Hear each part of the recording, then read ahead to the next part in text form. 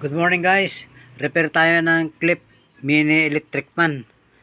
At ito hindi umaandar. Ito pakita ko sa inyo muna na hindi umaandar. Ito yung switch niya. Yan, naka-on.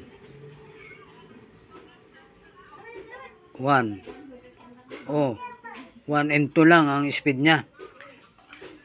Walang andar mga kaibigan, wala. 1 and 2 lang. Ayaw umikot. Tumutunog. Yan o. May sayad.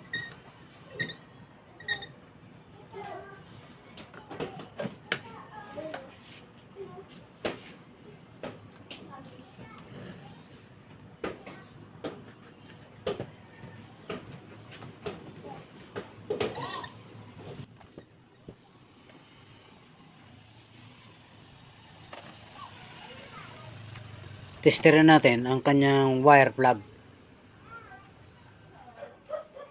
Yan ang unang-unang gagawin natin. Yung wire, yung plug. Yan ang unang titesterin natin. Bakit hindi siya umaandar? Manood lang kayo hanggang katapusan nito mga idol. Para na rin itong tutorial eh. May matututunan kayo rito kasi ini-discuss ko naman sa habang nagre-repair ako.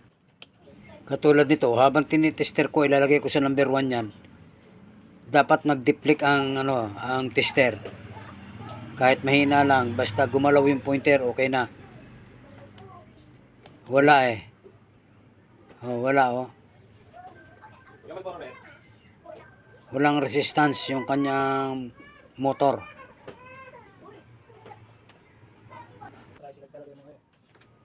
Okay, baklasin natin to. Babaklasin natin ang motor. Naku. Parang meron ditong itong wire na ito. Na wala sa wala yung karugtong. Teka. Testerin uli natin. Saan ito galing? Itong wire na ito.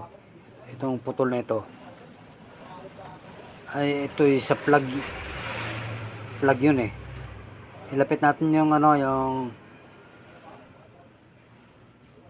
teka, yan oh.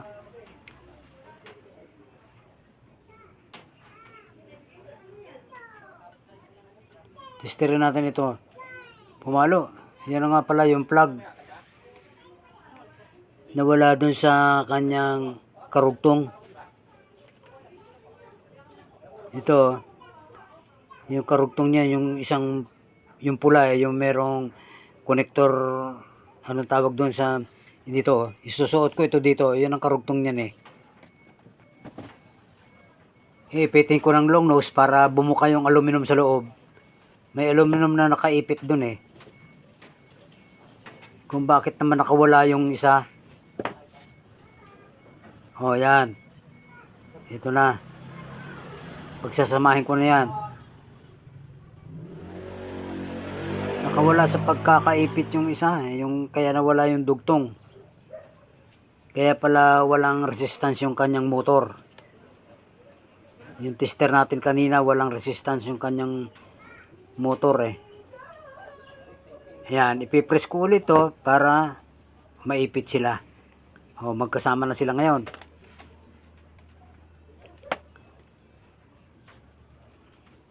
Testerin natin yung kanyang motor resistance kung meron na. Kanina wala. Ayun na oh, meron na nga. Okay na.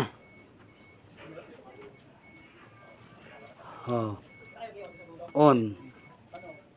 Number 2 yun. Off. Meron na. Okay na. Okay pala ang motor niya. Pero ayaw umikot at dahil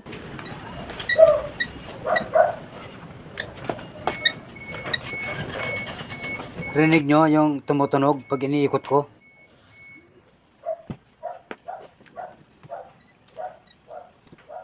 Tatanggalin ko yung hélice at wala naman siyang lock. Pupursahin na lang natin ito na bunutin. Ganyan oh. Wala siyang lock eh.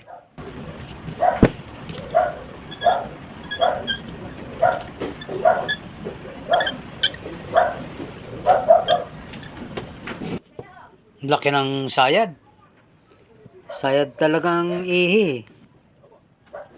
Okay. Tatanggalin natin yung yung shafting.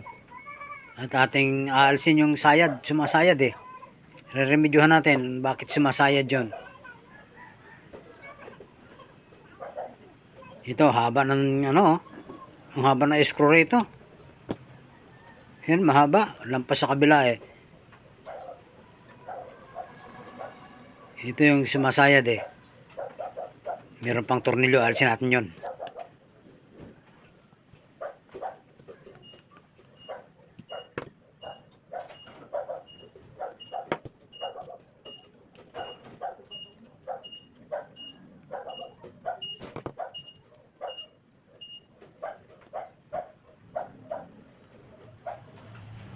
Okay.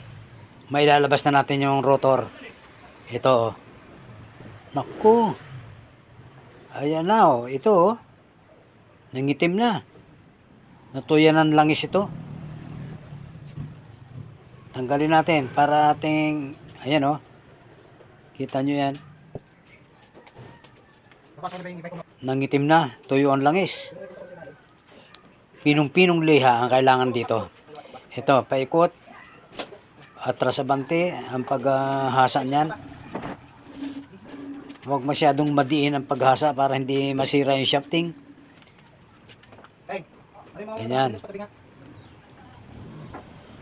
Pinong-pinong liha ang gamit ko rito. Dito sa bandang likod. Likod at harap nung kanyang shafting. Puro kalawang na nangingitim. Yan, nawala. Walang groove.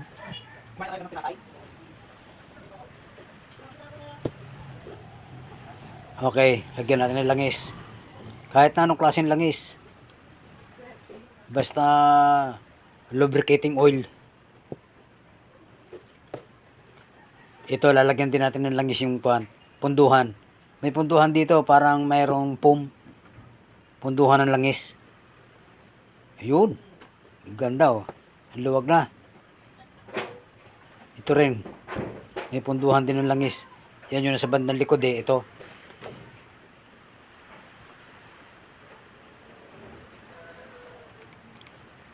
Dagdagan natin ng pundong langis.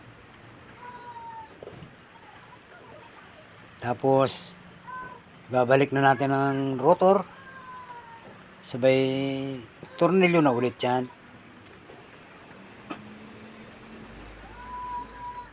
Ito mga loads, kapag ka tinanggal mo, tatandaan mo kung alin yung tinanggal mo. Kung saan nakapwesto, yung mga screw, yung mga lock. Ganito lang yan, pagtanggal niyan ako. Pangalawang beses pa lang ako nakagawa ng ganito eh. Yung una kong ginawa ay ibang klaseng clip pan. Wala siyang rotor.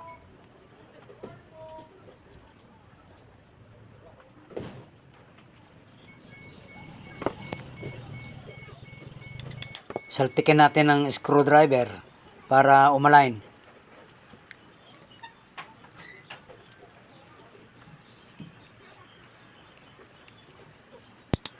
Yun o.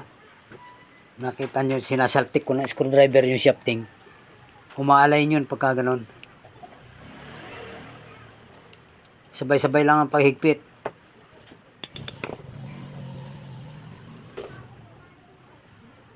Okay. Medyo maluwag na. Kaunti pang higpit. Hanggang sa marating niya yung talagang suwabing pre-wheeling. Okay naman. Ibabalik na natin yung kanyang mga grill guard. Ganyan lang oh. 'Di ba diyan natin kinuha yung mahabang screw na yan? Ganito lang oh. Higpit. Sagaran ng higpit dito. Kasi ito yung guard eh, kailangan matibay yan. Itong ilis eh, wala naman tong lock. Basta salpak lang. Testingin natin. Nakasalpak na yan, i-testing natin.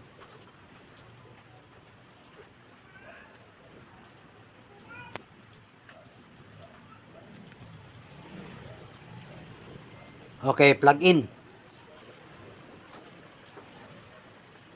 Ito yung kanyang knob ng switch.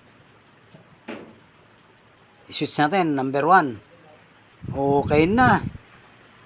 Very nice. Lakas ang hangin ah. Kahit maliit. Lalo na ito, number 2. Ang bilis ng swing. Good. Repair accomplished.